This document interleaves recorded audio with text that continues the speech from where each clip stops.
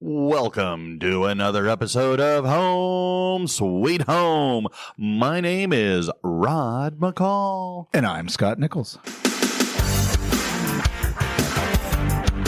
As you look back, as your children are getting older, how would you rate how you think you did as a parent? As I start to see things that they might replicate in their lives, the good things anyway that I did, I think we feel pretty good that you know we've done well. Okay. We at least met the low bar of we were trying to set them up for a better life than better start in life than what we had. And okay. I feel like we've done that. Okay, fair enough. At any time from when your first child was born to now, did you and Eileen ever ask yourself the question of, am I doing enough? Am I doing enough to give these kids the best opportunity to be successful? Probably because we were driven forward to do things like get education, move to different locations to get better opportunities. I mean, things like that. I mean, we definitely made some hard decisions to reposition ourselves for better opportunities. So I think we must have at some point thought, is this going to be better for them or not? Okay. I don't recall like sitting down having a conversation like that, but okay. I definitely think that at least in the sense of we were making some decisions to make ourselves better, which also made them better. Okay. Their situation. Well, one of the things I loved my work as a counselor.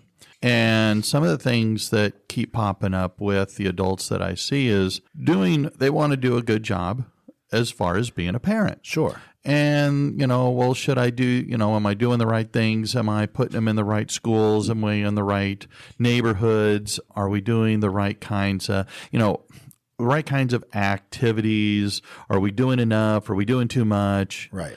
And I want to give them experiences. I want to, take them to the Super Bowl. I want to take them to, see all kinds of stuff and have wonderful experiences. Yeah. But I got to thinking, okay, I look back to me being a kid and all of that. And how do I reflect on, did my parents do enough? And checking with some of the different works that are out there on raising children. There's a lot of them. Oh, there's a lot of experts. Some are legit, some are less so. Sure, 100%. But I come back to this. Do you remember all, big things that your parents did? Or do you remember more of the little things that they did? I mean, I definitely remember when they took us to Disney World. That was a big thing. Mm-hmm. I remember camping trips. Mm-hmm. Those are kind of memorable events, experiences. I think I would probably say I remember experiences more. I remember going to Boston to visit my aunt at a young age, right? And just being in the city and, experiencing all that kind of different stuff since we lived in a very rural area. Sure. So, I definitely remember experiences that we had. Okay. That's what I remember most, I think. Well, some of the stuff that's coming out, and I kind of echo or feel, or I related to it, is that for the most part, kids don't remember perfect days. Sure. They tend to remember consistent moments. Now, I want to be fair, right? Like perfect days in the 80s came often. Oh, that is true. Right. 70s too. I had some great days. It was a year out of the house at 7 a.m. Be back when the street lights turn on. Yes. Those were some perfect days. Those were. That most kids don't have those days now. No, not at all. Despite being statistically safer now than it was then. Oh, yeah. Everywhere. It's something that they don't get. That is true. But I will say we had some great days in the 70s too, but I don't want to compare the 70s or 80s to today. My point, though I will agree with you that, but in fact, Sherry, they were both better decades than now. Well, Sherry says I still live in the 80s, and I go, no. I just have fond memories. Sure. But when it comes down to it, it's not the big things that we as parents can do to have a much more beneficial impact on our kids' lives. It is the small daily rituals, the consistencies that we can provide. because I think kids do better. In fact, there's a lot of science that backs this up. When kids know what to expect, they thrive better than when in a world of I don't know what to expect, I don't know what I'm going to find. Right. And so, I mean, I think that's fair for adults too. I mean, do you like to be in a chaotic situation where you don't know what's going to happen? no, not at I all. hate that. I mean, I don't like not knowing, right? And waiting and having to see what the next thing is and expecting, right? Like when you're looking for a job. Oh, I hate Right? looking You for a look job. For a job, and you get some interviews, and then you're like, I don't know what's happening next. Like I have to wait, and I hate waiting. So people just like constantly checking your phone, your email, your messages. See, did they get back to me? Yep. I mean, and you don't really know. And sometimes just walking into an interview is like, I don't even know what to expect, and that's anxiety galore, right? So I can't imagine a kid who has inconsistency and doesn't know what to expect minute to minute. And that's where we as adults, we as parents, we even now as grandparents, well, you or I won't be for any time soon. Not that I'm bitter or jealous, but the idea that we as adults can provide consistency, and we can do this in little things. Sure. Because these little things that we can do that provide this consistency will give our kids, or any kids, because I did this in the classroom forever, it gives them a sense of security, a sense of belonging, and a deeper connection to the family unit. Yeah. And so I want to talk about 5 different things that we can do, or categories of things that we can do that can be small but consistent things that I think can be way more beneficial to our children, raising them to be healthy, functioning, successful adults than, dare I say, a trip to Disney World. I mean, dare you say it. You said it. You said it, but a trip to Disney World is amazing. Oh, I won't disagree with you, having been there, though nowhere near the number of times you have. No, I mean, mine's ridiculous. I understand. It's not even fair. So, but here's the thing. It can start with something as simple in the morning. A hug, a good morning hug. Hey, how are you? When you hug a child, that physical connection is a wonderful thing for that child's their nervous system. It basically says to you, to the child, you are safe with me. Right. And it can set the kid off on a positive note for the day. Yeah. And how hard is it? How much does it take from you to give your kid a hug? To look at them and say, good morning, how are you? Right. I mean, they're little things, but I mean, if you start doing, I do that with Sherry. Good morning. Hey, how are you? Yeah. A hug. Because that's what my parents did for me. Every morning, good morning. How are you? How'd you sleep? Little things. And as you're parting ways in that morning routine, I love you. Have a good day. Yeah. I mean, that's something my wife and I practice, and we did it with our kids too. I'm not going to say that I recalled that growing up, and I don't think it's because my parents were not affectionate at all. It's just not something I recall happening, and it was important for my wife and I. But so we made it a thing. But I see the value in it. You're setting your child up for a good day. Yeah. It doesn't guarantee that they're going to have a good day, but at least they're leaving the house. There's some kind of positive note. Yes, absolutely. And again, how much does that take out of your day to do that? Right. And so, again, a morning routine that is fairly consistent and fairly predictable that the kid can expect, to the point that if you don't do it, what's wrong? Right. So, again, a morning routine.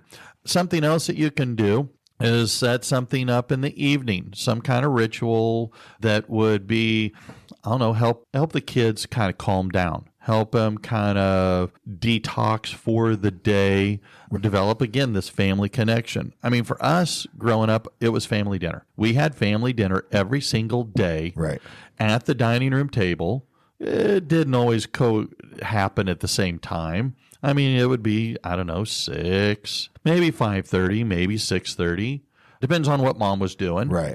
Or stuff like that. But we would have evening dinner. We'd all sit at the table and we would talk about our day. Right. And it was family connection.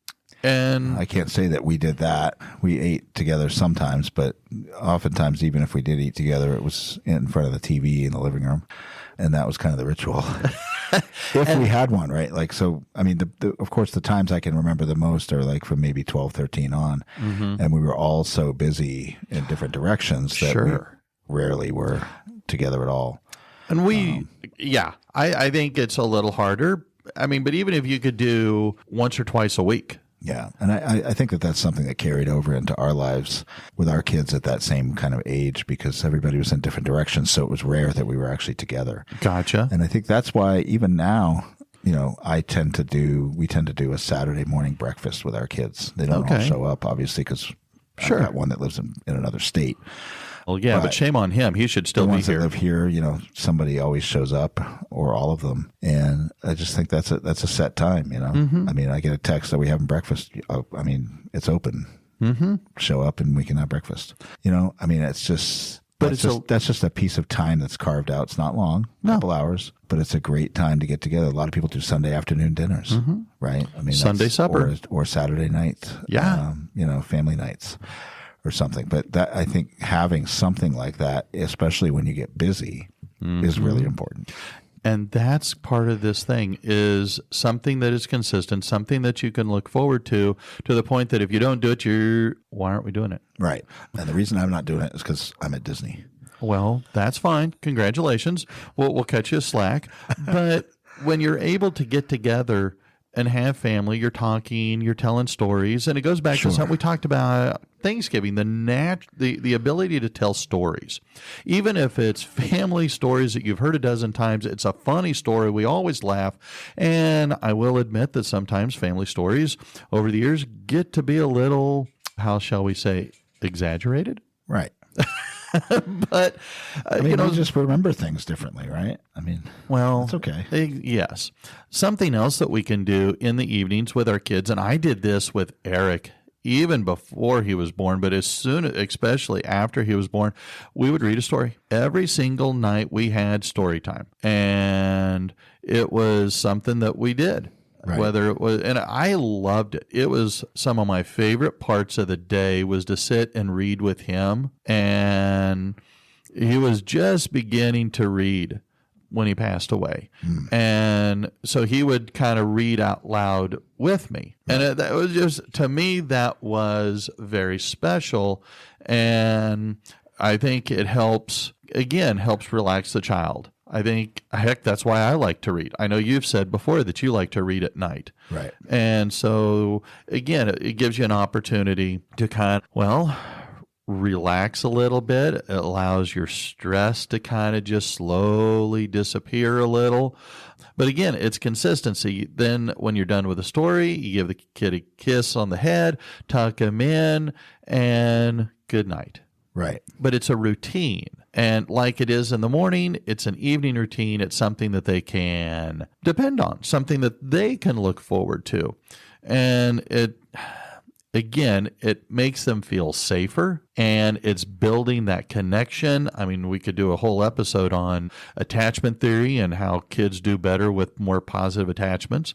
But when they feel this way, they're also more likely, especially when they get a little bit older, talk to you, right? Visit with you. Yeah. I mean, how many times do you want to know what's going on with a kid, with your own child? And they go, nothing, fine, okay.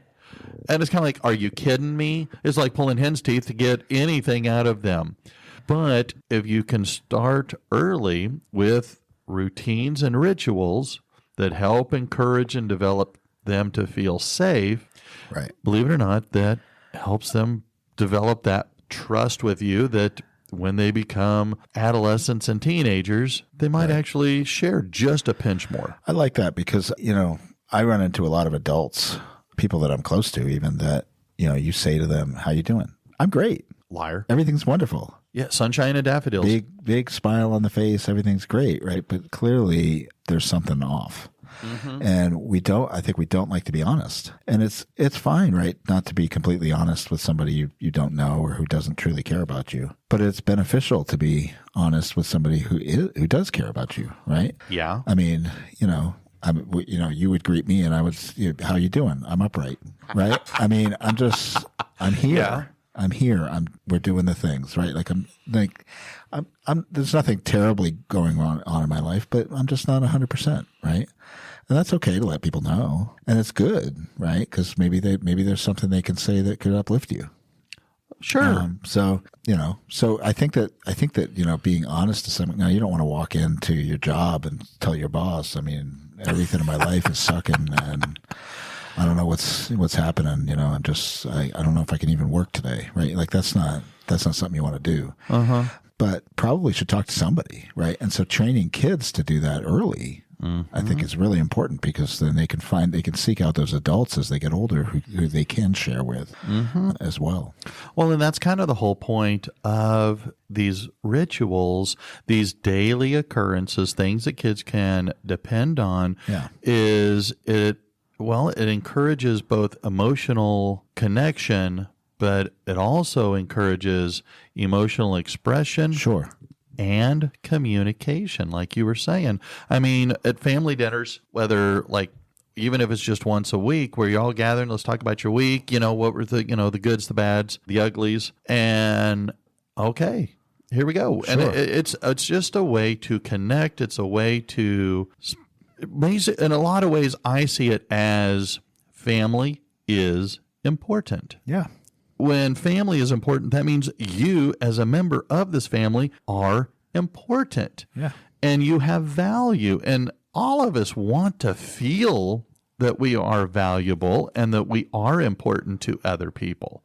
And so, again, whether it's family dinners, reading a story at bedtime, a good morning hug, and a I love you and have a good day as you part ways is part of that ritual. Yeah. And so, I don't know.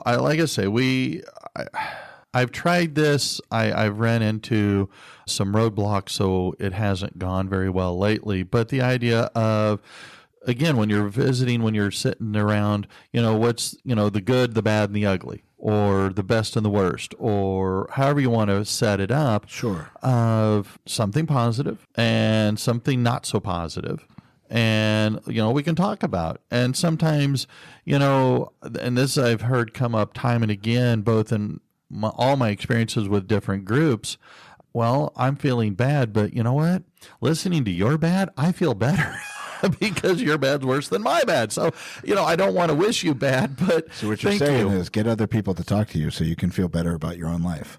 Well, I mean, no, but that's just a thing that happens, right? Right. Sometimes you look at those situations and go, wow, that person is really struggling. And I thought I was struggling, but I feel like I'm not struggling as hard, right? And so it can make you feel a little bit better. And hopefully that person can find somebody else who they share with, and then they find out, oh, right, there's a little bit more struggle. There's always somebody doing worse. Oh, always. And always somebody doing better. Sure. And so you get encouragement. But here's another thing, too, is that when you're a kid, you don't know very well how to express yourself.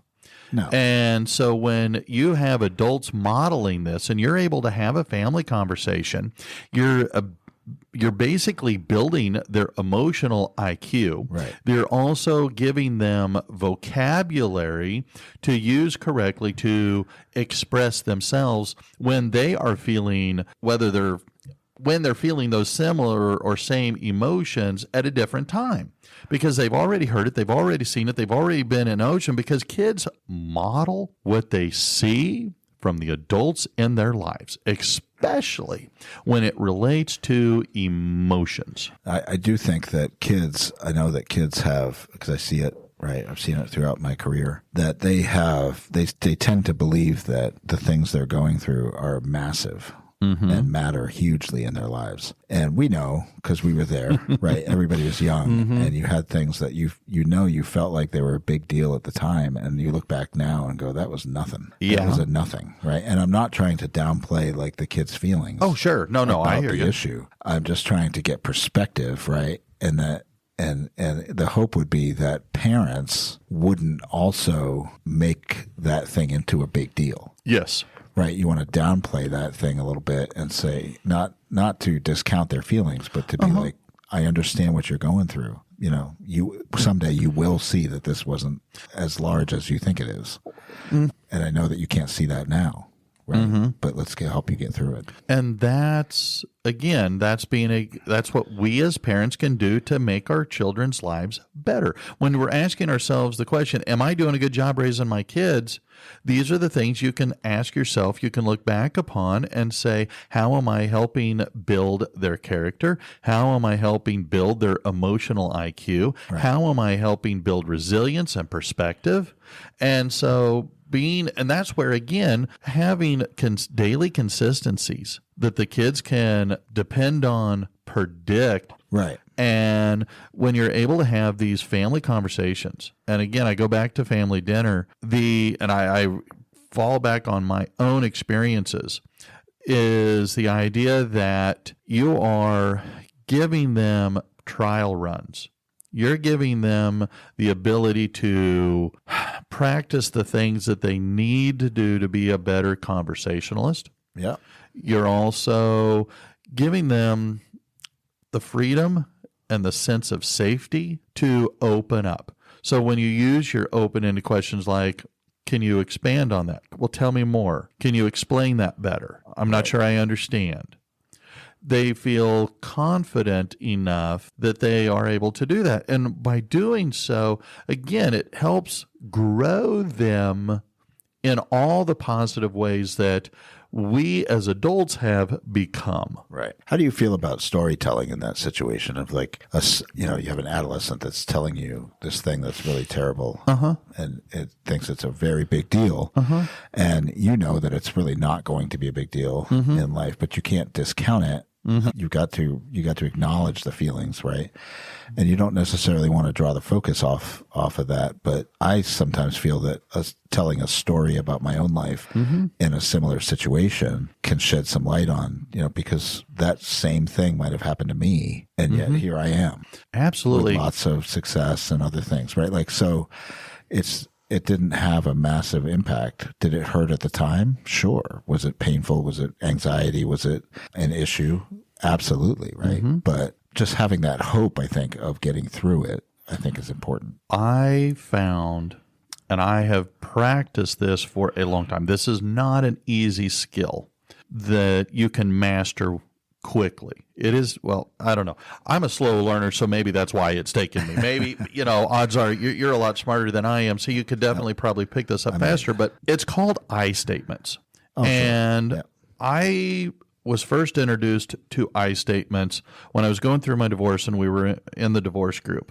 And as a therapist, I have been teaching most of my clients how to use I statements and the value. And so to counter or to support or follow on, add to what you were just saying, you want to share your experiences by all means and say, when I was in your spot, when I was in high school trying to figure this out, when I was my first year in college, when I was going from middle school to high school, right, I found it was hard for me. But here's what I did. Here's how I made it through. Here's how I was able to adjust, to pivot, to, and this is what I did. I don't know that it'll work for you, but feel free to try it. And see, I think that you're the professional on this side of things, but I think that even just telling the story without having any solution, without saying what I did necessarily, just telling the story and then saying to the adolescent, right, the child, does any of that connect with what you feeling? Oh, absolutely. Right. And sure. Then let them ask the questions. How did you get around it? How did you get over that? How did you get beyond it? How did you deal with it? And then you could answer, right? But because I think sometimes I've learned in my relationships that if I start offering answers, solutions, that really I'm just mansplaining everything to everybody. Yes. However, if they request it, if they ask the question to me, then I can speak into that situation. So I think that just telling the story straight out, hey, when I was your age, this happened to me, period, right? And stopping there before there was a solution and letting them think on that. Does that connect with your story? Oh, absolutely. Because if it doesn't, then the solutions aren't going to matter. Yes. I mean, one of the things that is frequently done but does not usually generate the results is when you use you statements. Right. You should do this. You should do that. Yeah. You should contact. You should call. You should yell. You should. I just ignored everything you said. Exactly. And so as a result, when we give advice through a you statement, boom, walls go up. Right. That's the value of an I statement. And tied in with your storytelling, absolutely. Because now it is, I'm not telling you what you should do. I'm telling you I can relate. I'm telling you that I've been in a similar situation, and I can have empathy with your feelings right now. And if you want to take my example and build on it, go right ahead. If you don't, that's fine. I'm not telling you what to do. But at the very least, it leaves open hey, here's somebody who had a similar situation, and you can come back to me and talk about it. Sure. Maybe you don't want to talk about it right now. That's fine. And when they make these decisions, celebrate. Celebrate the small things. Celebrate the small successes, because the small successes grow into big. If we only focus on big, we only focus on, well, congratulations, you got straight A's this 9 weeks. Congratulations, you got straight A's this semester. Sure. Well, why don't we celebrate that you raised your grade by 20 percentage points in the last month of the 9 weeks? Congratulations. You may not get an A, but you went from a 60 to an 80. Wow. Way to go. That was hard work. I know you put effort in. I'm going to tell you, I'm going to say, congratulations. I'm going to make a fancy dinner for you. We're going to make a special dessert for you to celebrate your success. I mean, these are the things that we can do because we're celebrating success. We're encouraging resilience. It's not that you have to be perfect. It's the fact that you tried. And I think that part of that is just carving out the time, right? Mm-hmm. There's value in carving out time and saying, we're going to do this together at this time. And that's the thing. It's these daily moments, all right, that we can invest in our children. Yeah. It's not the expensive gifts that we buy. It's not the fancy adventures that we take them on.